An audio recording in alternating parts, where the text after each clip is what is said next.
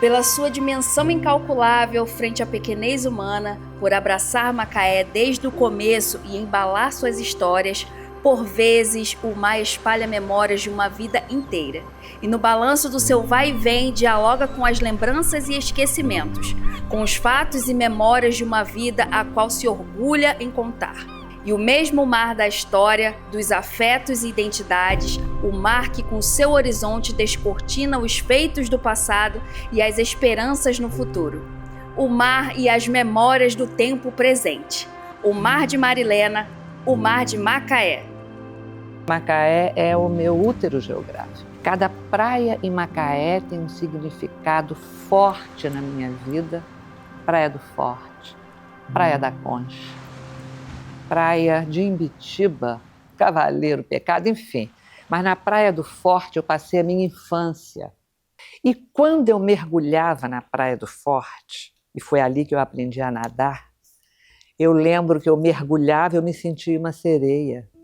Eu era uma sereia, mas com as pernas soltas, com os braços abertos, e ali eu aprendi a nadar. A Praia do Forte tinha o primeiro toco, o segundo toco, o terceiro toco e o quarto toco. O que era isso? Eram tocos, né, distantes. Então a gente ia por etapa, a gente aprendia a nadar até o primeiro. Aí uma semana depois até o segundo. Então, os mares de Macaé, minha vida. A menina Marilena nasceu em Macaé no dia 16 de março de 1945, quando o Brasil vivia o auge da sua participação na Segunda Guerra Mundial. Getúlio Vargas era o presidente da República em uma ditadura chamada de Estado Novo, que começava a sofrer as pressões para a redemocratização. Os ventos da guerra sopravam liberdade, enquanto a Macaé, princesinha do Atlântico, vivia o tempo próprio da cidade do interior, a cidade que viu Marilena crescer. O que mais registrou a minha vida de criança foi uma eterna rebeldia. Eu não gostava de ser menina, eu achava chato ser menina. Invejava o futebol, aquela bola maravilhosa, né? Invejava eles subirem nas árvores, porque era proibido para a gente, menina, né? Às vezes era uma rebeldia calada, mas eu observava e registrava em mim o que eu ainda não conhecia enquanto ser desejante, mas ficava registrado. A Macaé que muito me marcou é a Macaé dos meus colégios, né? Com 10 anos, eu fiz a minha primeira greve estudantil. E greve por quê? Greve porque o colégio Matias Neto tinha um porão e ali houve um incêndio. Nesse incêndio, o prédio foi evacuado.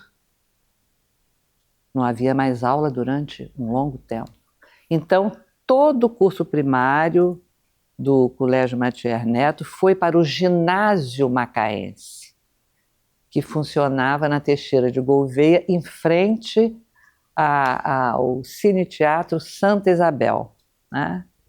Então, ali, nós ficamos um longo tempo, porque o governo do estado não fazia a obra no Matias Neto, e de uma forma assim, muito complexa, o Colégio Estadual Luiz Ride já estava pronto.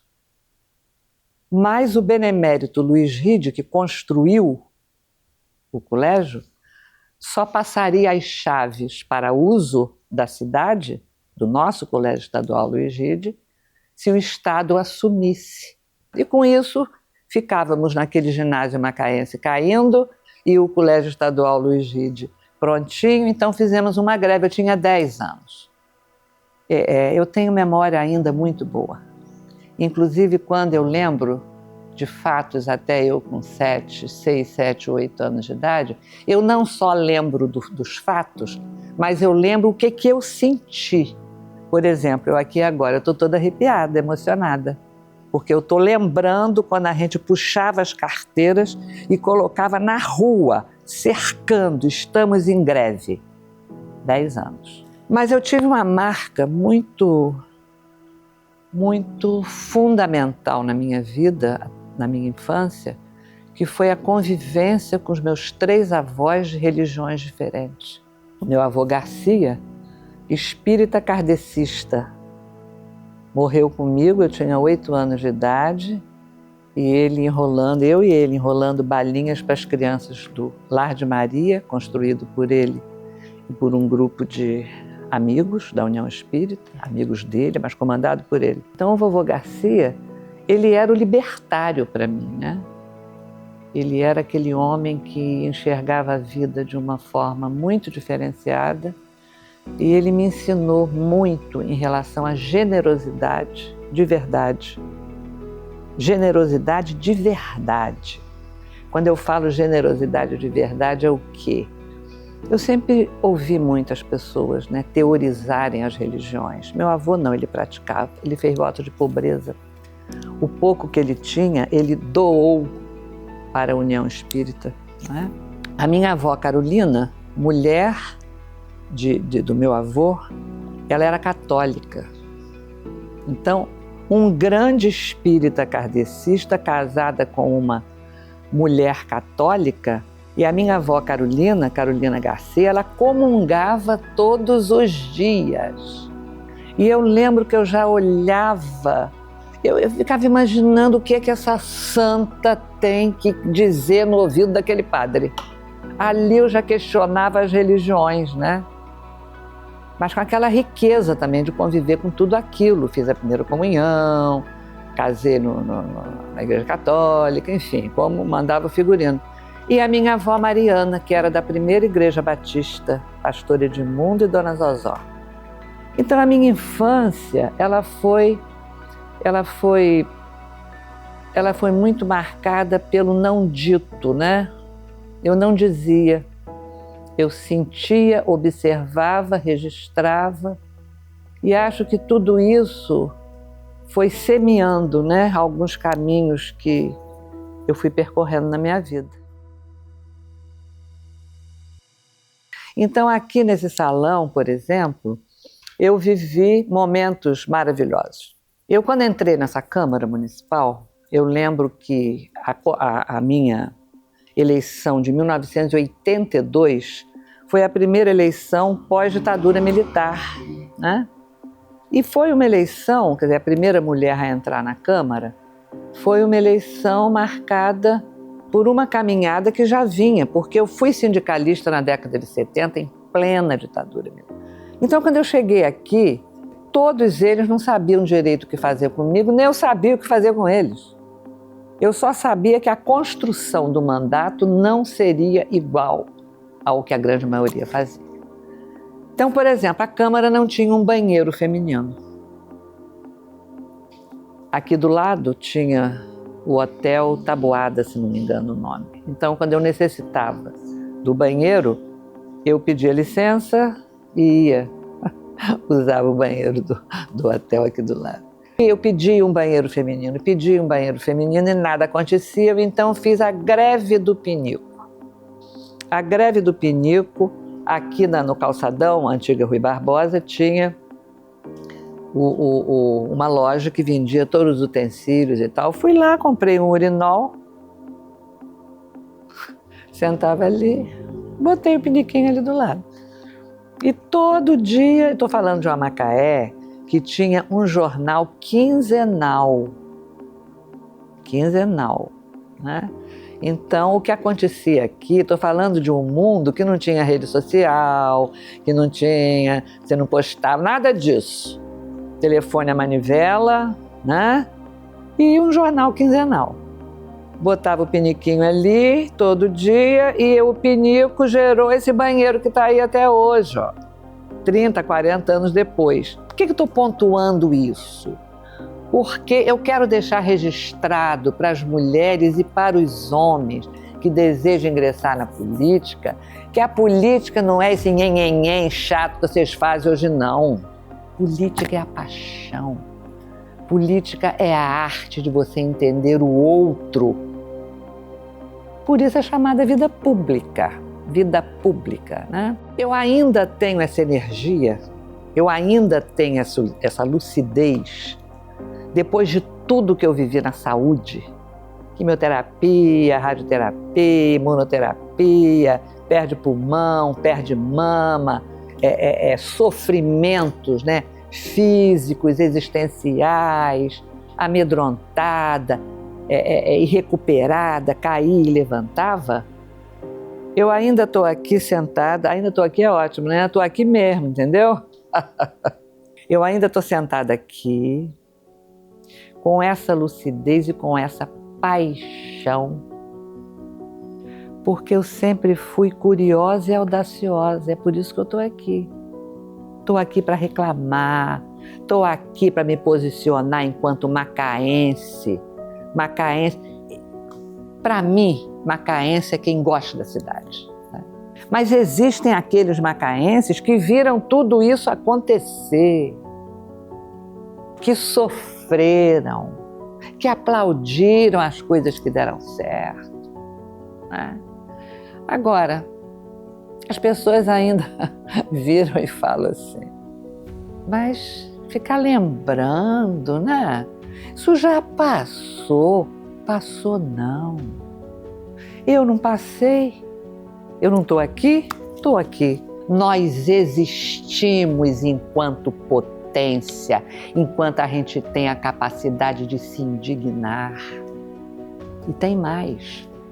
O futuro só pode ser construído se você tiver noção do passado e do presente. Hello?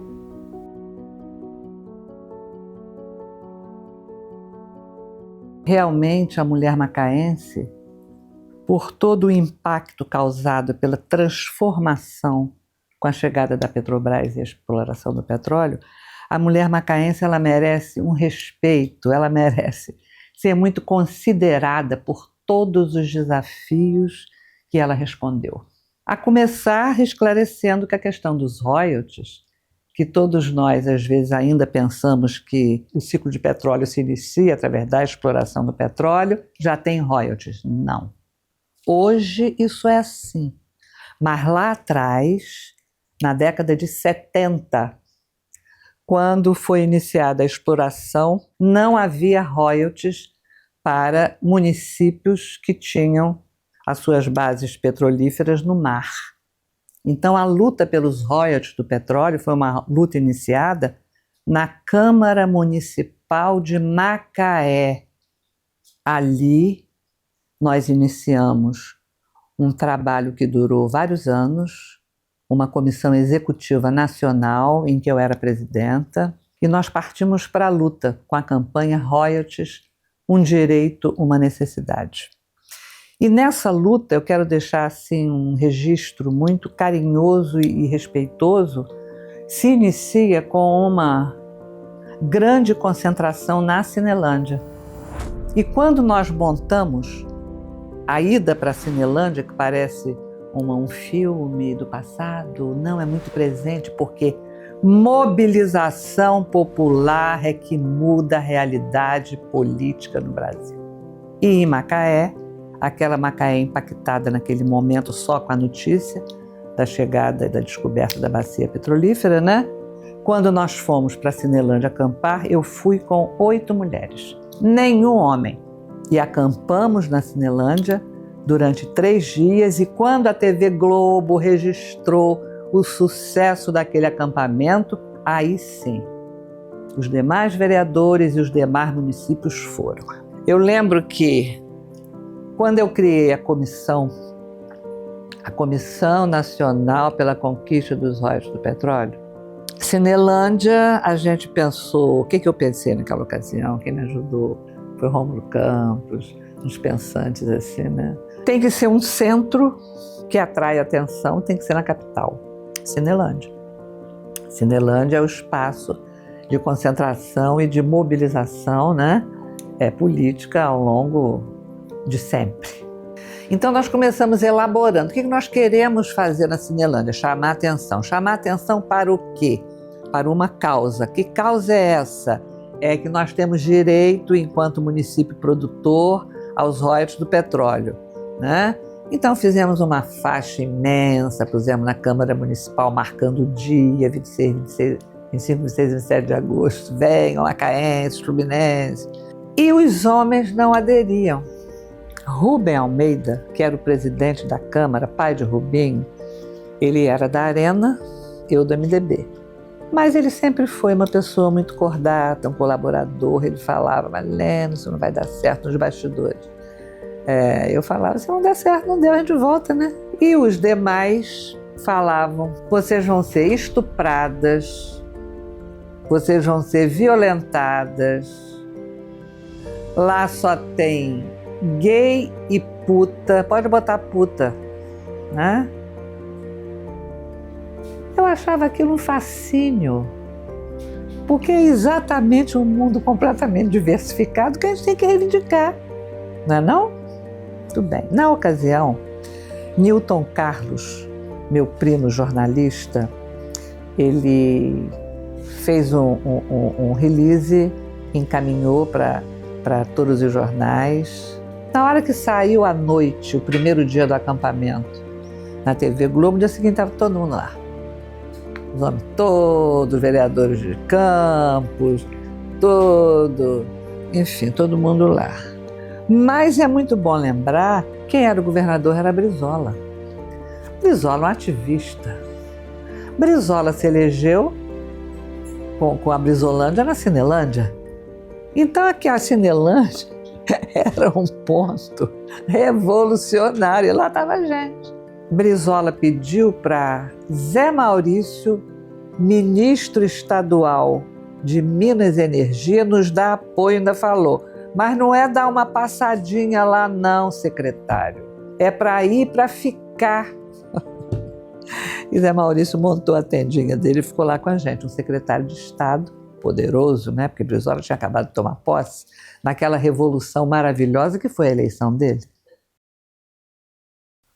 A minha primeira eleição, ela foi em 1982, né?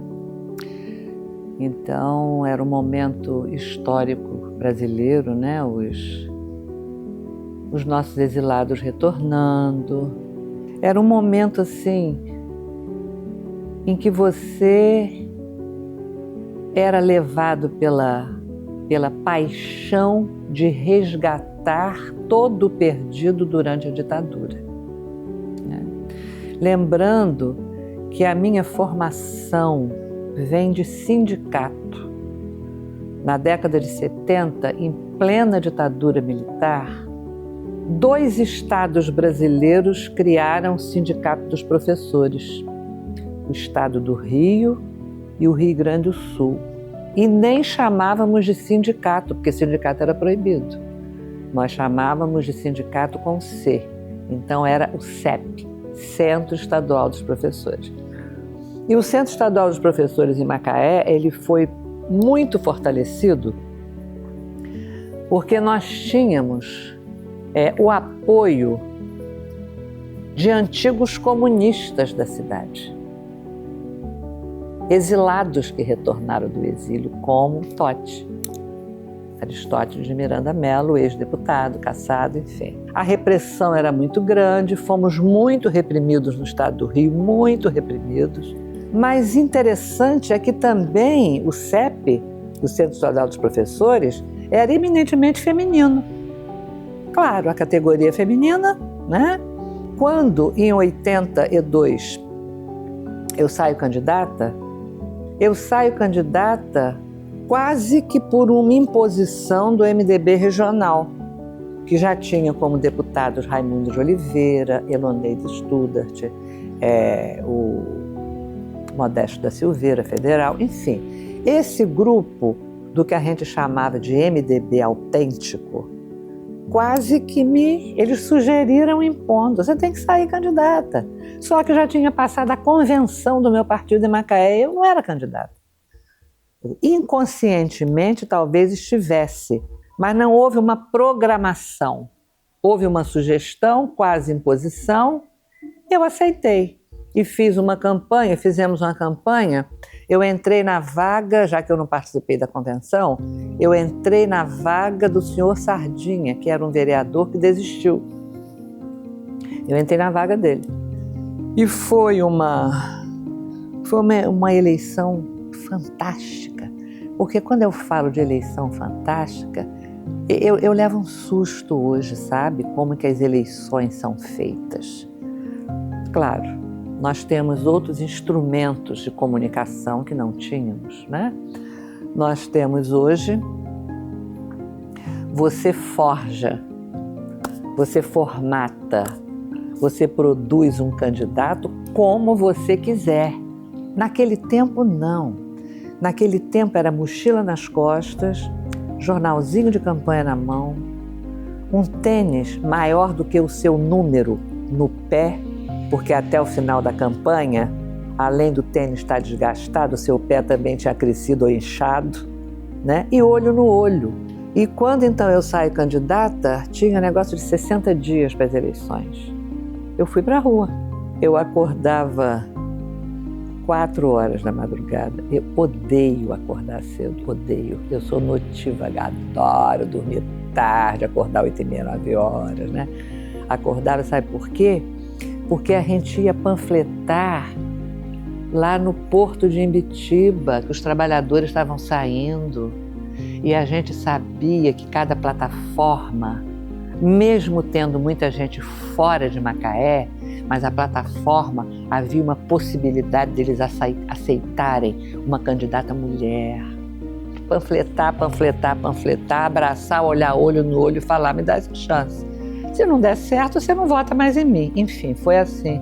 E surpreendentemente eu me elejo na primeira campanha, primeira eleição. Então, quando eu me elejo e tomo posse, eu acho que eu ainda tenho um retrato da posse. A posse foi aqui, nesse salão, né? E eu lembro que eles me puseram lá atrás. Eu fiquei lá atrás. Quer dizer, o fato de Macaé ter elegido a primeira mulher, nada disso foi importante a ponto até do lugar que te colocaram. Eu sempre tive muito foco no meu desejo. Então eu não dava muita atenção para, às vezes, barbaridades que eu vivia no entorno. Por exemplo, no ano de 85, eu fui escalada pela Federação de Mulheres Brasileiras, que era uma federação de mulheres do MR8, Movimento Revolucionário, né? MR8. Eu fui escalada para ir para Cuba. Eu fui para Cuba e passei meses numa escola de mulheres. Eu não fui para Cuba fazer turismo. Quando eu retorno de Cuba, havia um jornalista na cidade. O que ele publicou sobre a minha ida a Cuba, sobre a pessoa, sobre a mulher Marilena, foi tão sério que até hoje eu vou ser, toda a minha vida eu vou ser muito grata ao meu advogado da ocasião, que entrou com um processo crime e ele foi condenado. Tamanhas barbaridades. Olha, condenar um jornalista por difamação de uma mulher na década de 80 era muito difícil.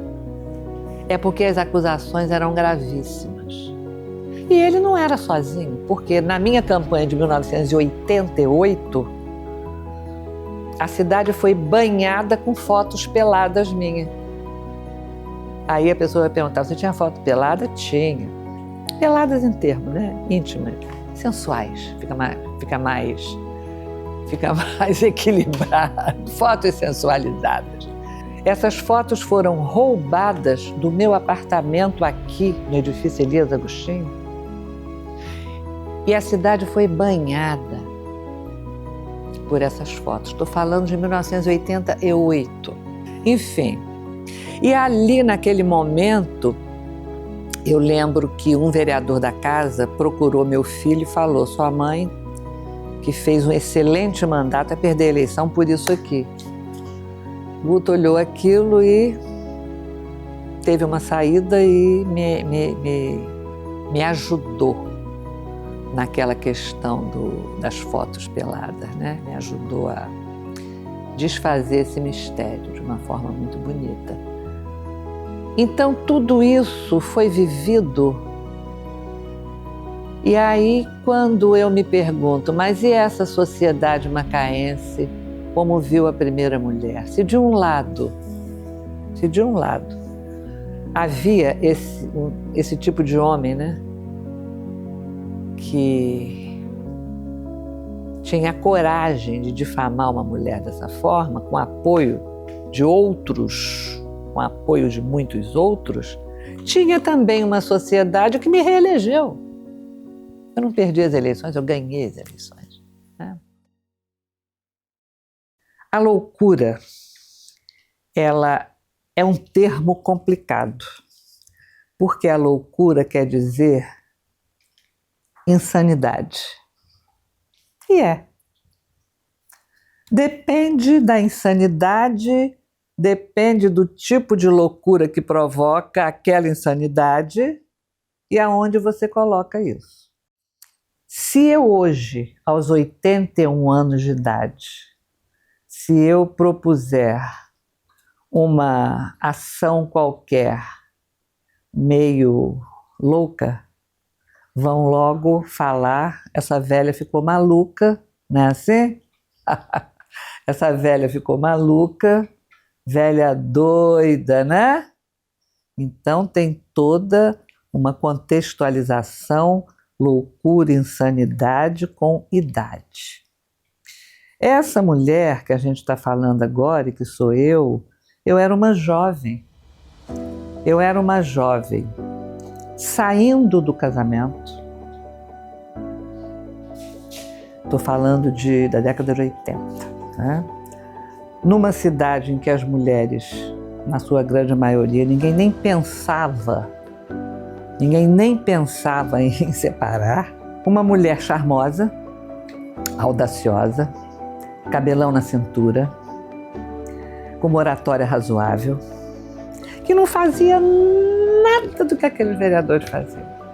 Nome de rua, não sou contra nada disso. Eu até fazia algumas açõezinhas dessas, requerimentozinhos, mas eu tinha claro que o meu papel ali não era esse, que se fosse eu ia terminar o mandato, não queria mais nada com aquilo ali, né?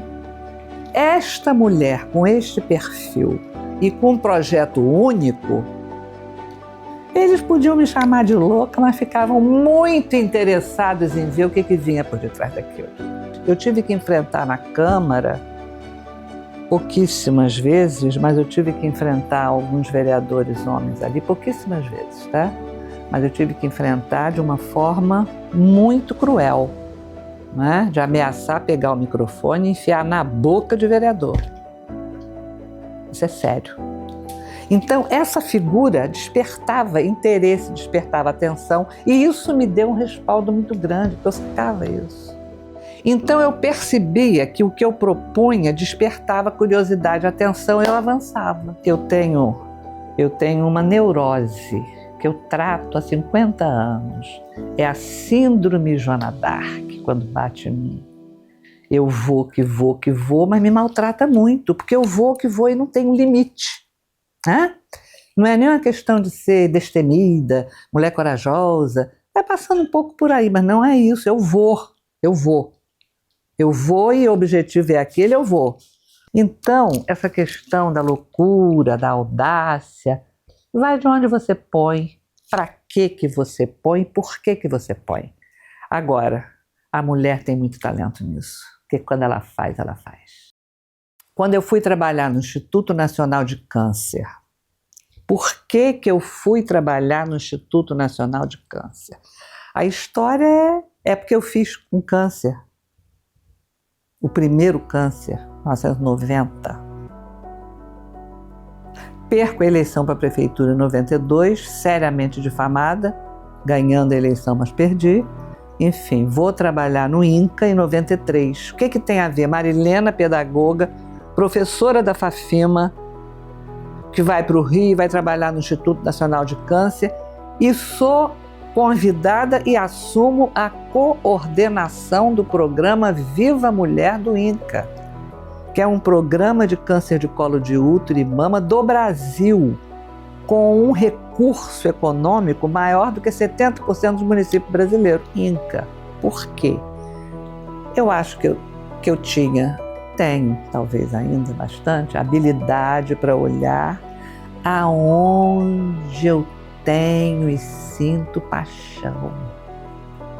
A paixão é o que me move. A paixão é o que me faz estar aqui, fazendo esse registro, para dizer para a mulher macaense, fluminense, brasileira, estrangeira, que nós temos uma força incomensurável, mas que todo um processo de um machismo estruturante, esse potencial que nós temos, ele está guardadinho, está dormindo, e vai se definhando e vai acabando. E as mulheres vão adoecendo mais e mais. Então eu acredito mesmo que o meu maior legado foi a minha coerência, foi a minha coragem e foi a construção da minha família, que é o meu grande suporte. Eu vou fazer 81 anos daqui a um mês. 7 cânceres. 7. 2 de mama, 3 de pulmão, 1 na conjuntiva e 1 melanoma. O que será que me fez potencializar todos os tratamentos? Minha coragem, minha paixão pela vida. Queria viver, quero viver. Sem tesão não há solução.